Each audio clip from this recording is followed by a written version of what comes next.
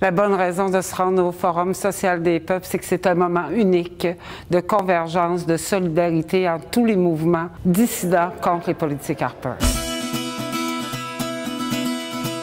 C'est important qu'on se mobilise pour le Forum social des peuples, pour l'ACOSI, puis les organismes de coopération internationale, parce qu'on a vu depuis les dernières années que nos droits se sont érodés ici.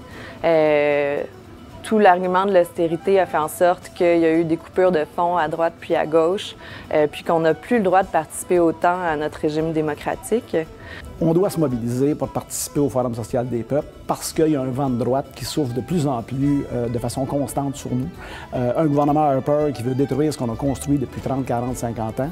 Le Forum social des peuples, c'est un moment important où il faut créer les plus grandes alliances possibles parce que seul, on y arrivera pas. Je dirais que l'utopie, ce serait de penser qu'on peut fonctionner en tant que pays sans demander l'apport des peuples originaux qui étaient là au début.